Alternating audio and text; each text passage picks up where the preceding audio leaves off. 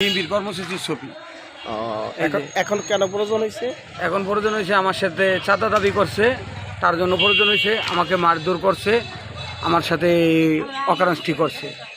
সেই কারণে এখন আপনি এগুলা হ্যাঁ, এই যে 2018 সালের এই যে ছবিটি আমি রাইখেছি, আমাদের আওয়ামী লীগ কইতে আছে, ওই আমাদের টাকা চাঁদা দাবি করতেছে। ঠিক আছে, দেখতেছেন ছবিটা নিয়ে এটা কোথার কোন কর্মসূচি ছবি? এটা কর্মসূচি হচ্ছে ঢাকা নয়াপল্টনের।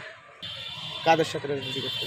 ডুবো দলের এই যে মাসুদ ভাই আছে, ঢাকার না, বরিশালের মাসুদ ভাই। হ্যাঁ, ওই যে মাসুদ ভাই তো লগে আছে, আর কে?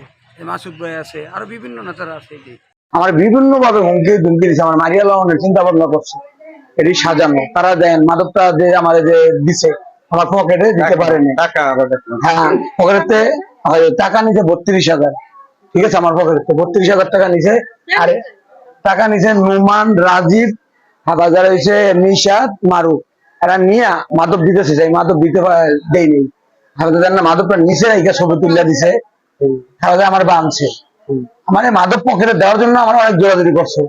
মাদক দিতে পারে না দেখা আমার চোখে একটা ঘুষি দিছে, ঘুষিয়ে দিয়ে আমার চোখটা পুরো আলুলের নিচে, আলুলানোর পরে আমার পকেটে বাইরে টাকাটা নিয়ে তারপর তারা কি আছে মাদক নিচে হালায় ছবি করছে।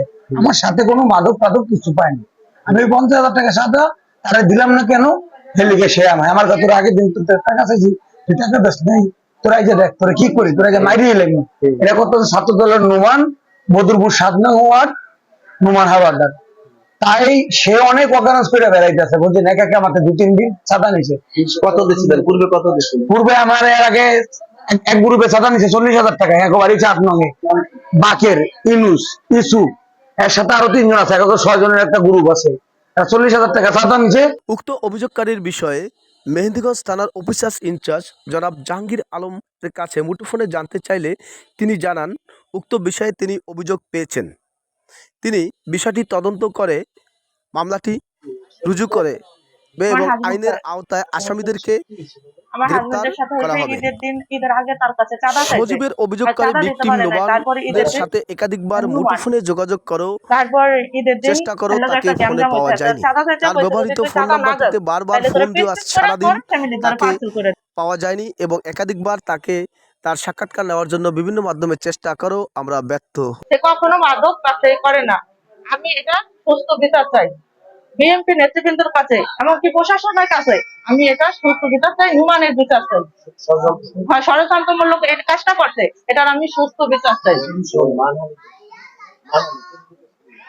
মানহানি করছে, তার ফেসবুকে ছবি ছাড়ছে, এটাতে আমাদের অনেক খারাপ অবস্থা হয়েছে। এটার আমি বিচার চাই, সুস্থ বিচার চাই।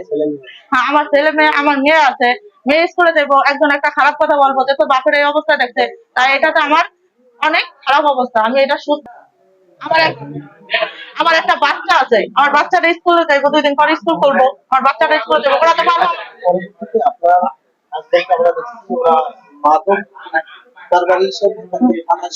হ্যাঁ, হ্যাঁ, এটা ষড়যন্ত্র। আমার স্বামী যদি মাদক ব্যবসা করতো, তাহলে আমার স্বামী তার 2 পিস মাদক পাইতো না। আমি তো ওই সময় অসুস্থ হয়ে গেছি ভাইয়া। আমি রাত্রে 10টার দিকে অসুস্থ হয়ে পড়ছি। আমার ওই জায়গা থেকে হারা নিয়ে আমার এই হাসপাতাল ভর্তি করাইছে। করানোর পর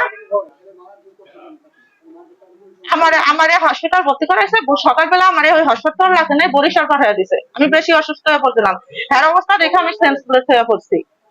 ঠিক আছে, আমি চাই সুস্থ বিচার চাই, আমাকে জীবনের নিরাপত্তা চাই। আমরা যে ভালো করে কামাই করে খাইয়া বাচ্চা খাইতে পারি, ওই চাই আমি। আমার স্বামীর যে ব্যবসা করে খাওয়া যেতে পারে।